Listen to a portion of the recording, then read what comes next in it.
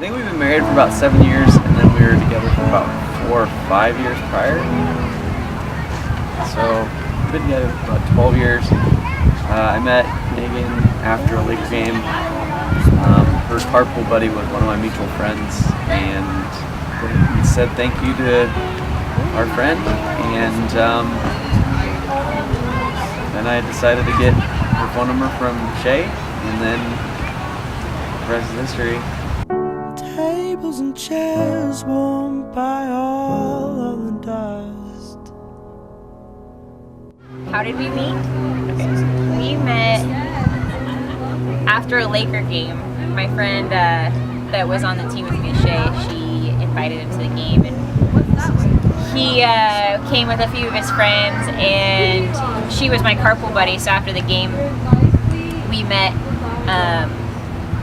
and it wasn't until a month later I got a call, and I guess Shay, my friend, had given him my number without telling me, and he called me and I said, "Hey, this is Tad." And I was like, "Who? Who's this?" And he was like, I met you at the game. It was Shay, I'm her friend. I'm like, "Oh yeah." And then sure enough, we talked for several hours, and the rest is history after that.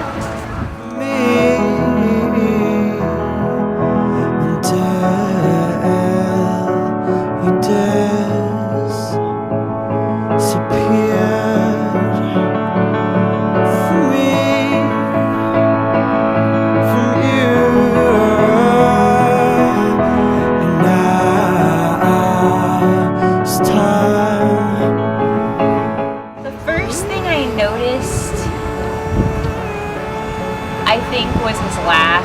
He just has a really great laugh. And my favorite feature about him is just his honesty, as much as it makes me crazy sometimes. I think it's my favorite because you always know what you're getting from him, He's just so straightforward. Her eyes. I think our first date was one that I really loved and remember really well. When he got to the first date, he was just totally out of sorts, and it was really uncomfortable at first. But when he had told me what was going on, it kind of broke the ice, and then we just had a lot of fun, and he took me out for sushi. It was just a fun night, and we were able to laugh a lot, and just to get to enjoy each other and get to know each other.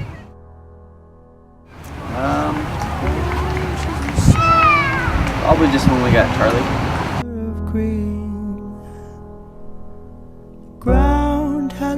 I love that he can read me really well now, and he just knows what to do.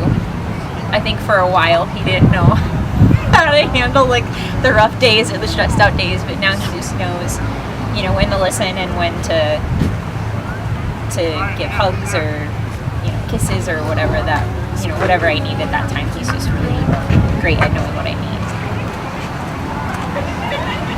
How nice she is. I think not being able to have a baby was the biggest challenge and probably the biggest mountain that we had to overcome, and then getting through the adoption process with Charlie, I think that was crazy and stressful and really scary, but really exciting at the same time. But it can totally wreak havoc on a marriage, and I think for us it just brought us closer together because we were able to celebrate finally building our family beyond just us two, and that was something that we had wanted for so long. So when we finally got it, as much as it was stressful and it was hard and it was exhausting, it was still just another, like a really joyful time in our life that we were able to come closer together. A lot.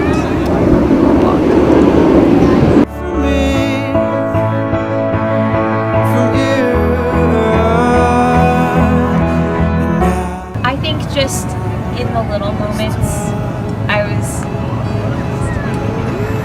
think just when he does little things, when he makes me coffee or makes dinner, or he'll just sit down and ask me how my day was. Like, he just takes like little moments to